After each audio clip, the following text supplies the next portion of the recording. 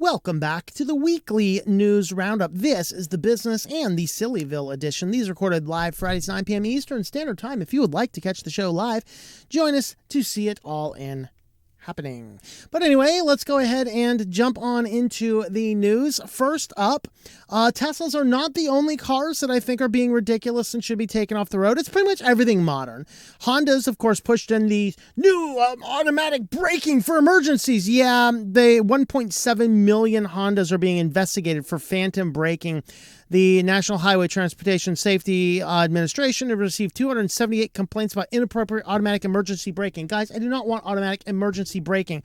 I do not need to be going down the road and inadvertently and without me doing anything, brake check the guy behind me who's probably not paying attention to anything going on anyway.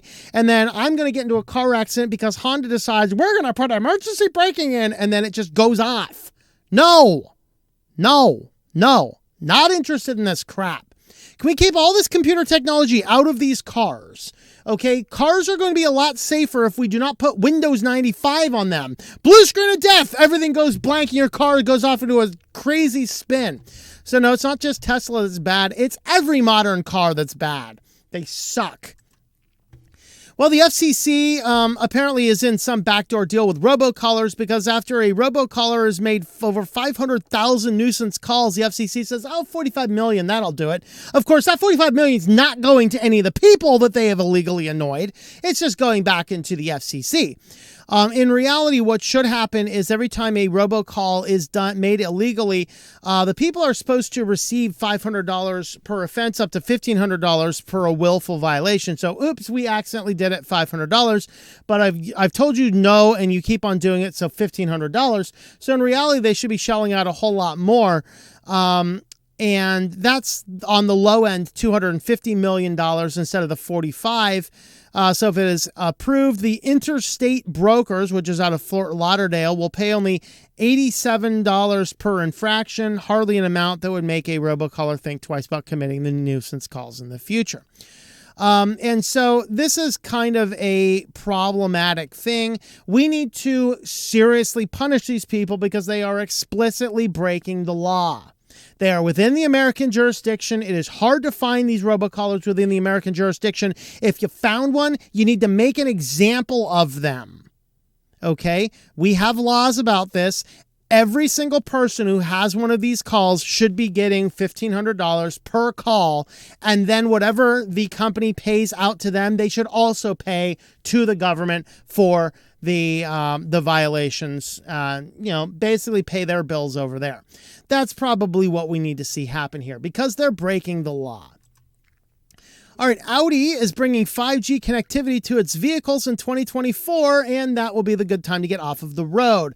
They're going to become easy to hack, constantly working on connected things, and when it moves out of the 5G range, and yeah. Of course, I think it's turning each one of the cars into 5G hotspots, I think is what they're doing. But yeah, that's all we need. Okay, we do not need internet in cars, people. We don't need internet in cars. Like, it can be hacked. Yes, because it's on the internet, stupid. Get it off the internet and it will not be hacked. But what if we need to do software updates? If it's not on the internet, it doesn't need a software update. Stop it. Stop it. Well, Windows 11, because of course they have all these hardware requirements, but they don't really want people to not run it because they need to have the latest version of Microsoft spyware on your device. And so you got to get the Microsoft spyware on the device. And so what they're doing now is they're going to let you run it, but you're going to have a watermark on the screen. The same thing that you have on your screen if your copy of Windows is not activated, you're going to get the exact same thing now. Oh, here's a watermark. You do not have the system requirements we request, but here you can still run our spy operating system anyway. So that's exciting. You guys excited to see the watermark on that? I don't know. Well, a printer company, we talked about this briefly on the supporter stream yesterday. A printer company is putting DRM in the paper now. Now, these are for higher end labels, like heat print labels, and what they're trying to be is, of course, since they're not selling toner cartridges, they're going to make their money, their resale money on the paper. And so they're basically putting DRM chips in the paper rolls so that you can only use their brand name paper, which, by the way, costs, I think it's 8 times more money. For one roll of their DRM paper, you can buy 8 rolls of an equivalent paper from another company. So, yeah, this is kind of crazy. Anyway, you can read all about the DRM paper for your printers. And our final story is Etsy. I should have done the paper one as our final story, but anyway, I didn't. Anyway, I wasn't thinking when I put the news together, apparently. Etsy is hitting sellers with another 30% transaction fee increase. So whenever you're selling a product on Etsy, in addition to anything else, you would pay 5% of your sale to Etsy. Now they're like, no, we want 6.5% instead. Guys, this is why I recommend using a platform that you can run the back-end stuff yourself. It's not as hard as you may think, and you're not going to have to deal with this kind of crap. Of course, they're saying, well, this isn't because we're greedy. This is because our new transaction fee down here, our new transaction fee will enable us to invest in key areas like marketing and support to further extend our strong momentum. No, Etsy, I would actually like to prefer to keep the fee that we kept when we agreed to do business with you. Because here's one of the problems with these. So Etsy's like this, Squarespace is like this, Wix is like, all these trendy new sites. I get clients who are like, oh, here, can you help me build this? No, it's garbage. And then I got people like, hey, can you get the site off of this? No, I can't. It's proprietary. Okay, they're trying to get you into the site. You're paying an exorbitant monthly fee. They can change the terms on you anytime like this. And if you decide you're unhappy, you can't just take the files with you and move it to any other web hosting platform. You're stuck with them, or you have to rebuild the entire site elsewhere. Avoid all of these platforms. Etsy sucks. Stay off of it. As does Shopify, as does Wix, as does Squarespace. They suck. Stay away from these things. Anyway, if you would like to help support the channel, we do have affiliates. Today we are highlighting Linode. For sign up with a new Linode account, you'll receive $100 in credit, good for 60 days. You can do all sorts of fun stuff on Linode, anything from media servers, Nextcloud servers, VPNs, hosting accounts, all sorts of cool stuff. But you can go ahead and have a look over there, tlm.li/Linode, and that will help support the channel. Now, guys, let's head to SillyVille. First up for SillyVille, I think we're actually going to have a new spot here in SillyVille, the stupid TechSpot article of the week. They've been having this big push to hire new writers, and they come up with the stupidest crap. This one takes the cake for this week. Here's why you should never bend the One Phone 10 Pro.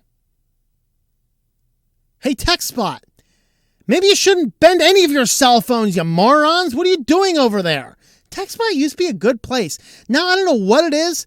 They must have brought on some brand. Maybe they went with the equity thing and just started bringing on pink hairs or something. I don't know. Yeah, when is a foldable not a foldable? It's not the Galaxy Foldable, you moron. Don't be folding it. Now, of course, this comes from Zach Nelson. He has a YouTube channel, Jerry Rig Everything. He puts phones through a strong durability test. And one of his durability tests is if you bend it a little bit, does it still work? It turns out that it doesn't actually still work. It pretty much breaks on a little tiny of a bend, except for some weird reason, the flashlight stays on perpetually. So if you would like a super durable flashlight, go with a OnePlus 10 Pro. But if you would like a phone that bends, don't go with the OnePlus 10 Pro. But why in the world are we even talking about bending your phone? Can you, hey TechSpot, can you point out any phone that's not explicitly a folding phone that you can fold in half and it not be a bad idea? I mean, really, come on. Wake up a little bit. Realize how stupid some of your articles are making you look. Pretty soon, you're going to give us computer guides with all of this tech savvy of The Verge. Well, Spotify has released a new device for your cars. It's called the Carthing. Buy now for $89.99. Plus, of course, don't forget the $10 a month subscription fee. It's not specifically for the car thing. It's that the car thing only works if you happen to have a premium Spotify subscription, which is $10 a month. So if you have the premium subscription, you can do this. Now, this will connect to Bluetooth. It'll connect to your phone. It connects to the car a variety of different ways. The advantage is it does actually serve itself a good purpose. I can praise this part of it. It gives you a very large, very easy to use screen that you can use to manage Spotify through your phone without having to touch your phone when you're driving. I can get behind this because it's going to be a lot easier to use Spotify on a device like this designed for the car than it is fiddling with your phone and then feeding your phone through your infotainment center on your car. But nevertheless, it's just weird, especially it does a lot of other different things too. It'll connect apparently with, voice talk, play rock, play my favorites, play more like this, show the album, show similar artists, shuffle today's top hits. There you go. So you can go ahead and buy it from Spotify for $100. Of course, if you are looking to listen to some Neil Young, just don't buy it. You'll get Rogan instead. Well, anyway, if you are really into Wordle, you can actually get the Windle now, which is, if you're running Windows 3.1, somebody's actually created a package to run on Windows 3.1 called Windle, which is basically a clone of Wordle. So no word yet if the New York Times is going to sue this company for designing software for an operating system that really is used as a novelty. Guys, stop talking about Windows 3.1 and giving me Windows 98 on the screen. I mean, come on. I guess this is Windows 3.1 though. This is Windows 3.1. This is Windows 98. I mean, look at this though. We can play Windle. It's awesome. I wonder if Wendell at Level 1 Tech knows about Windle. I don't know. Interesting. And finally, the Atari games in the Teslas wasn't enough, even though they were kind of forced to take them back out because the Highway Safety Patrol was like, hey guys, maybe it's a bad idea to put video games in your cars when you're being investigated for a lot of other factors, particularly with your full driving tech. Well, now Musk says he wants to install Steam games in the Tesla infotainment centers. So great, that's all we need. Some moron driving on the road at 95 in full self-automated road playing Elden Ring! This is why I want Teslas off the road, folks. This is insane. Okay, we don't need to be putting vehicles, full Steam games into Tesla. I mean, really? What in the... Check, please. Maybe it would be a good thing to get more people off the road. I don't know. What do you guys think? Is this total genius or is this total madness? Does this make you want to buy a Tesla or make you want to run into one when you see it? I don't know. Let me know in the comments down below. If you'd like to help support the channel, we do have a Subscribe Star page, subscribestar.com/switchedtolinux. Join us on over there if you'd like to help support the channel. With that, thanks for watching, everybody, and we will see you next time. Thank you for watching this video from SwitchedToLinux. This channel would not be possible without the backing of the program supporters scrolling on the screen now. You can be a supporter at Patreon at patreon.com/TOMM or at thinklifemedia.com. I also want to thank the open source community who creates such excellent software that makes producing this show possible. Please remember to support your software communities. Thank you, and I hope that you enjoy switching to Linux.